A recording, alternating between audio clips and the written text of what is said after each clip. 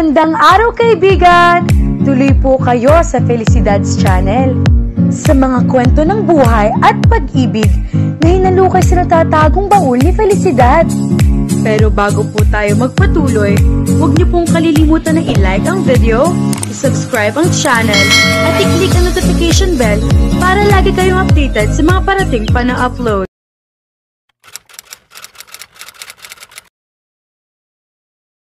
Ginusto kong lahat ng ito, pagpapakalma ni Katniss sa sarili. Ilang oras lang nakalipas mula nang angkinin siya ni Alaric.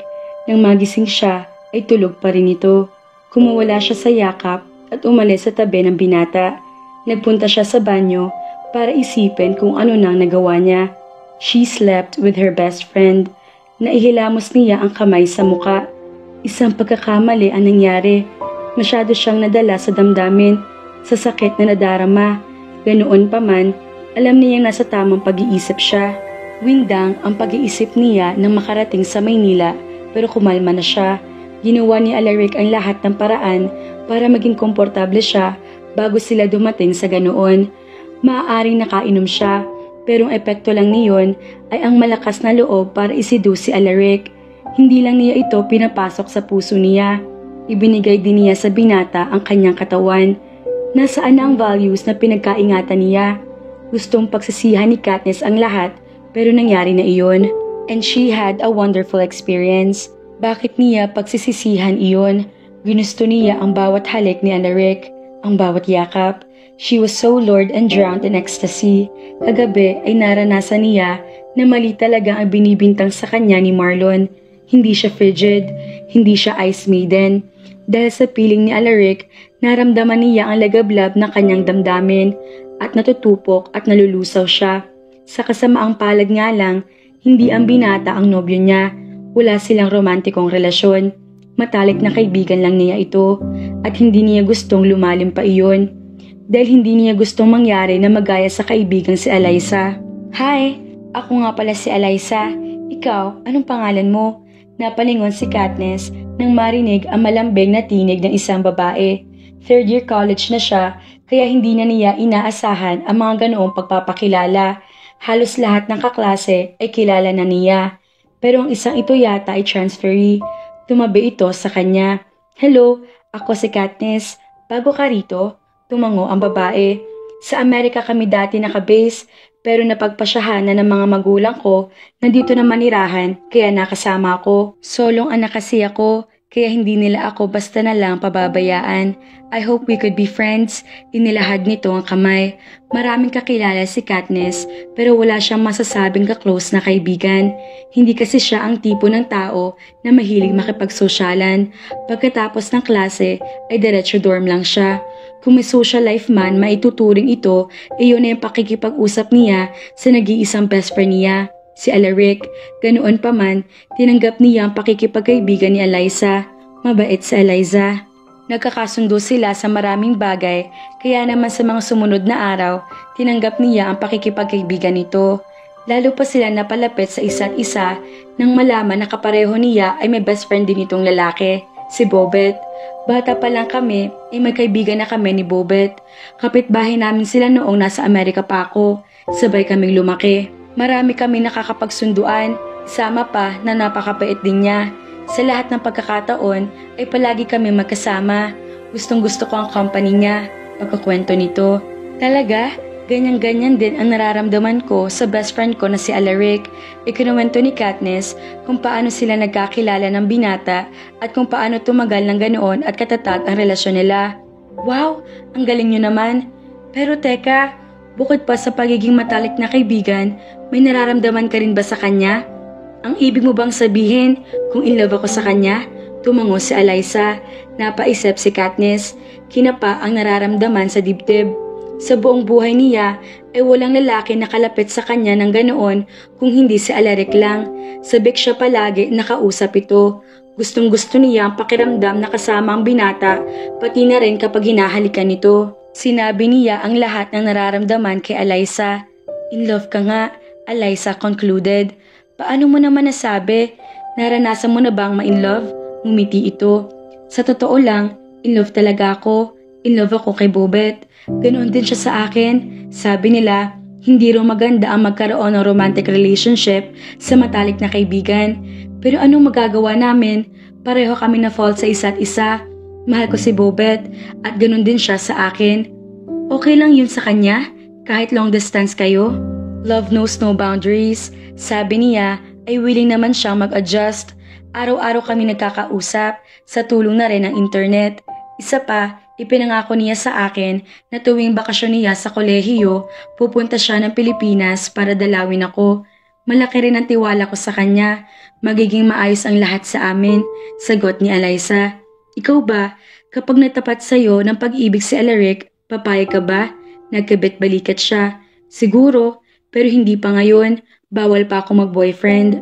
Nilinaw na sa kanya iyon ng mga magulang. Gusto ng mga ito makapagtapos muna siya bago makipagrelasyon. Sa tingin niya ay may pagkakonserbatibo rin ang mga ito. Tumangulang sa Eliza.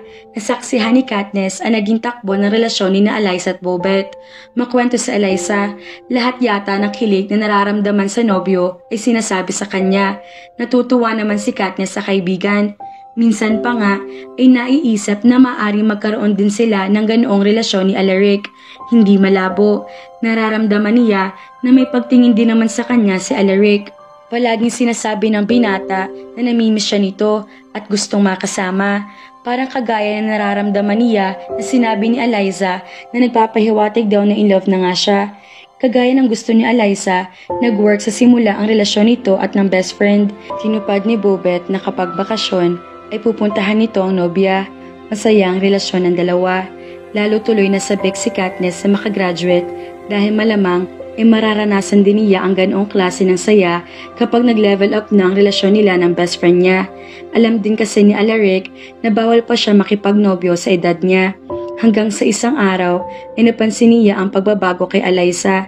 Masayahin ito, pero sa nakalipas sa mga araw ay tila ang bigat-bigat ng daladala. Kibuin-dili lang siya nito. Madalas na natutulala. Nag-aalala siya rito. May problema ba? Hindi na niya napigilang tanungin sa Eliza. Tinitigan siya nito. Saka bumuntong hininga. It's about me and Bobet. Nagkakaroon na ng gap sa relasyon namin. Kumunot ang noo niya. Ha? Bakit naman? Nagkibit-balikat lang ito.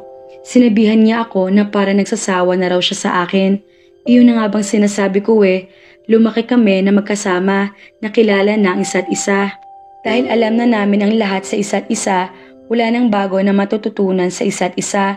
Hindi lang yung mga pag-uusap namin na umiikot sa parehong topic ang problema. Pero nagkukulang ang relasyon namin ng excitement na madalas sa dumarating kapag nakakatuklas tayo ng bago sa ating partner. Siguro nga tama sila. Mali ang makipagrelasyon sa isang matalik mo na kaibigan. Tapos nung inaway ko siya, ang dami niyang sinabi sa akin. Naging mas intense ang mga away namin. Kilala niya kasi talaga ako eh. Alam niyang lahat sa akin, pati ang mga pagkakamali ko. Ang sakit, ang hirap. Nagsimula na itong umiyak. Kinabahan si Katniss. Bakit ngayon pa nangyayari iyon kay Eliza? Malapit na sila magtapos ng college at naisip na baka iyon ang pagkakataon para sa relasyon nila ni Alaric. Naalala niyang maraming ipinaramdam ang binata sa mga naging pag-uusap nila noong nakaraang mga araw. Lalo tuloy siyang nanabik. Gusto niyang subukan na maramdaman ang nangyari kay Eliza. Gusto na rin niyang pumasok sa isang relasyon, pero kapareho niya ng lagay si Eliza. Paano kung mangyari din sa kanya ang nangyari dito at kay Bobet? Hindi niya yata maatim na maranasan iyon. Hindi niyo ba maayos ang lahat ng ito? Sayang ang relasyon ninyo. Umiling ito. Hindi ko alam. Mahirap. Oo, nag-uusap kami araw-araw. Pero may mga oras din na sandali lang iyon dahil na rin magkaibang time zone. Kagaya ngayon nagkakaroon na ng gap sa amin, nahihirapan kaming i-resolve dahil madalas na hindi na namin nakakatch ang isa't isa. Yun tuloy maliliit na away nagiging malaki na. Diba at minsan ay ganoon din naman kayo ni Alaric na nahihirapan din kayo magkausap ng matino dahil magkaibang time zone nyo? Tumango si Katniss. Totoo nga iyon, pero bihira lang sila mag-aaway ni Alaric dahil palagi ito ang nag-a-adjust sa kanya. Ganoon pa man, natakot pa rin siya. Akala ko magiging maayos ang lahat, pero mali ako. Mahirap pala. Ngayon nagkakagulo na kami, Sobrang nasasaktan ako. Alam ko kasi na hindi lang boyfriend ko ang mawawala sa akin, mawawala rin ang best friend ko, ang best friend na iniingatan ko. Takbuhan ko ng problema ko. Nasira na ng dahil sa pag-ibig. Ngayon, hindi na pwedeng ibalik ang dati naming samahan bilang mag-best friend. Siyempre, hindi naman parang magic na lang na babalik ang pagiging mag-best friend namin uli nang wala ng sama ng loob na nararamdaman sa isa't isa. I thought it was worth it, but I was wrong. I'm going to lose 2 persons just because of love. Paliwanag nito. Pareho tayo ng sitwasyon, Katniss. Sinasabi ko sa iyo ang lahat ng ito, hindi dahil gusto kong takutin ka. Iyon ay para lang iparealize sa iyo ang cons of having a relationship with your best friend. Before you take the plunge from best friend to girlfriend, decide whether losing Alaric as your friend will be worth it. Napaisip si Katniss sa mga nangyari kay Eliza. May point ito, at kahit anuman na positibo ang isipin, tila kinakain siya ng mga negative vibes. Kapag nangyari iyon sa kanya, hindi niya yata kakayanin. Napakaganda na ngayon ng relasyon nila ni Alaric. Kung masisira lang iyon, kagaya na nangyari kina Bobet at Eliza, baka hindi niya kayanin. Si Alaric ang buhay niya. Hindi niya kakayanin kung mawawala ang lalaki sa tabi niya. Ayaw niya magkaroon ng lamat ang relasyon nila. Pero matindi ang nararamdaman niya kay Alaric at iba-iba naman ang characteristics ng mga tao, hindi ba? Maaaring iba ang mangyari sa kanila ni Alaric. Sa kabila ng pinagdaanan ni Eliza, gusto pa rin niyang subukan kahit may kasamang takot pa rin na nararamdaman. Kaya nagdasal siya sa Diyos at humingi ng senyales. 2 buwan bago siya graduate ng college ay nagkakilala sila ni Cesar. Sa huling taon naman ito sa kursong biology sa UP Los Baños, pareho silang taga-Tarlac at nagkasundo sila. Hindi nagtagal ay nagparamdam ito sa kanya. He started being sweet to her. Nagpaalam ito kung pwedeng manligaw sa kanya kahit na alam na makalipas pa na ilang buwan bago siya pwede magnobyo. Ganoon pa man, parang gusto na siyang gawing reserve ng binata. Sinusuyo na siya nito kahit na ba alam na buwan pa ang bibilangin bago siya makuha. Mabait si Cesar, masipag din at masaya siya sa company ng binata. Bukod kay Alaric, ito ang lalaki na kalapit sa kanya ng ganoon at si Cesar ang ipinadala sa kanya ng Diyos. Ito ang hinihingi niyang senyales. She fell for him and forgot about the feelings she had for her best friend. Iniiwasan mo ko.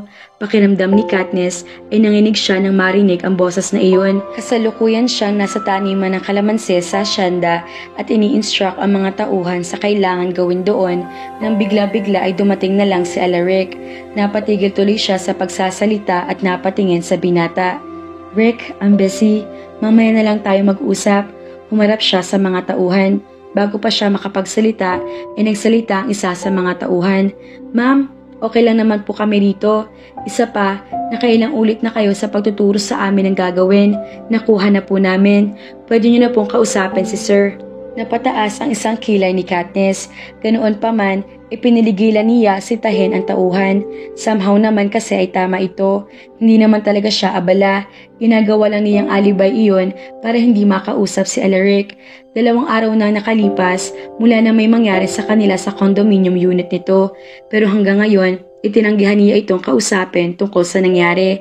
Sinabi niyang hindi pa siya handa na pag-usapan iyon. Nirespeto naman ni Alaric ang kagustuhan niya. Siguro, naisip nito na guguluhan at masyado siyang nabigla sa pangyayari. Pero hindi nito ipinako na hindi siya titigilan tungkol doon.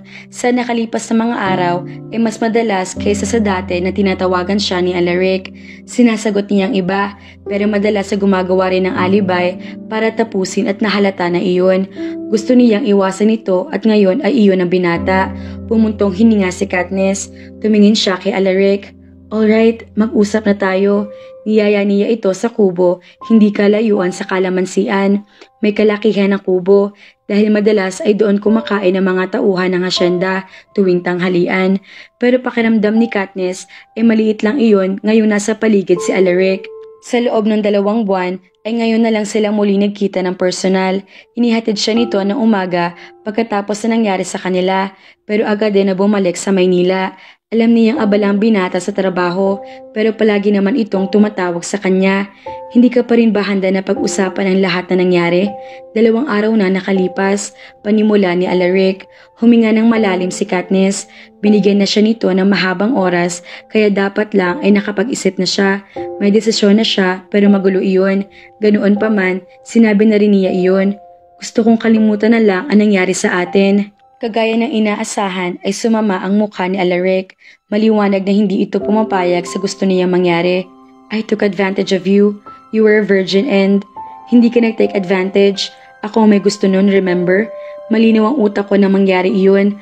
Ako nagsimula ng lahat, kaya sana ay hayaan mo ko magdesisyon sa gusto ko. No, kung ganitong klaseng kalokohan lang din naman ang desisyon mo, I won't accept it. Best friend kita. Dapat ay pinapahalagahan at inaalagaan. Iyon na nga ang point ko. Best friend mo ako. Best friend mo lang ako. Hindi tayo involved sa isang romantic relationship. Isa pa, may mga babae ka sa Paris, diba? You couldn't have abandoned them just because of me. Napakaganda nila kung ikukumpara sa akin. Hindi lingid sa kaalaman ni Katniss na nakikipag-date si Alaric sa magagandang babae sa Paris. May nalaman din siya naging girlfriend nito, pero kahit sino sa mga iyon ay walang ipinakilala si Alaric sa kanya ng personal. Minsan, ay nagpapakita ito ng picture ng babae dahil pinipilit niya. Minsan naman, ay nababalitaan niya sa mga society page at nababasa na rin sa internet. Dahil kilalang bigatang businessman, hindi minsan pinagpestahan din ng paparazzi ang buhay ng binata.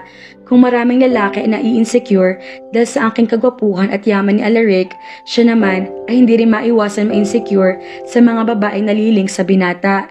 Dahil mga European, tila Barbie sa kagandahan ng mga ito. Hindi lang basta-bastang babae ang lumalapit kay Alaric. Walang-wala siya kung ikukumpara sa itsura ng mga ito.